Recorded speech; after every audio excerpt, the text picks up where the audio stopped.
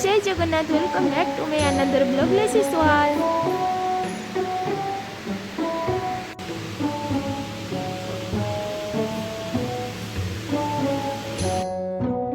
तो फ्रेंड्स मु आज टिके पार्लर जाइथिली किछि काम थिला पार्लर रे तो जाइथिली एबे ही आसिली रूम को। एबे टाइम पाखा पाखी हे गलानी 8:30 तो मत तो एबे डिनर बनेवा को पड़ियो। तो मु एबे जाउची किछि डिनर बनेबी। तो आज रो डिनर रे मु कोन बनौची कोन नै आपण मानको सहित सब शेयर करबी। तो जो माने मो चैनल रे नुआ छन प्लीज चैनल को सब्सक्राइब कर दियो। तो चलो देखि देछि तो ताको भी ग्राइंडिंग करबी।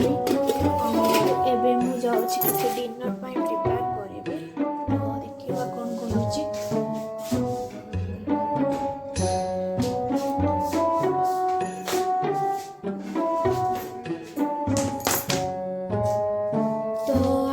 चिकेन बनेबी रोटी बनेबी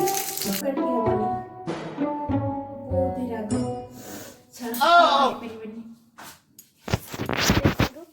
गोटे पियाज टी अलरेडी काटी देछि माने बहुत कष्ट हे काटली कटा हेनी मु भाबुछि म काटी परिबनी बहुत राग लागुछि।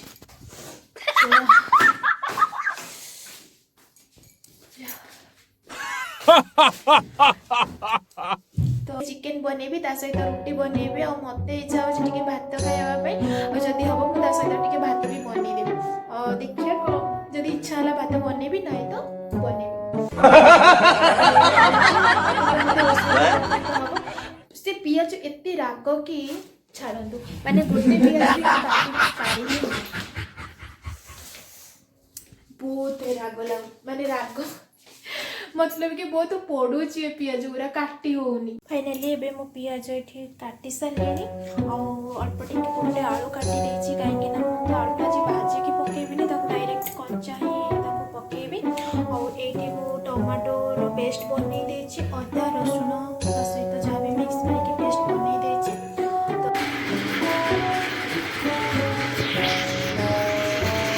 तो मु एबे चिकेन बनै सारलिनी ता सहित मु गरम मसला दबा पाई नेछि तेजपत्र ता सहित लवंग बड़ इलायच छोट इलायच दालचीन अल्प टिके जीरा पिंपली और जायत्री फल जोटा कि बहुत बास्ना हुए। तो मु आपको एबे पेस्ट बनै देबी और चिकेन रे दे देबी। चिकेन ऑलरेडी हे सारलानी।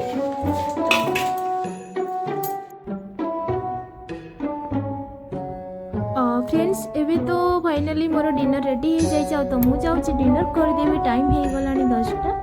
तो जो मैंने डिनर करेंगे आसी जातु आ चिकेन रो लेग पीस समस्त तो पसंद थी और मत भी बहुत पसंद।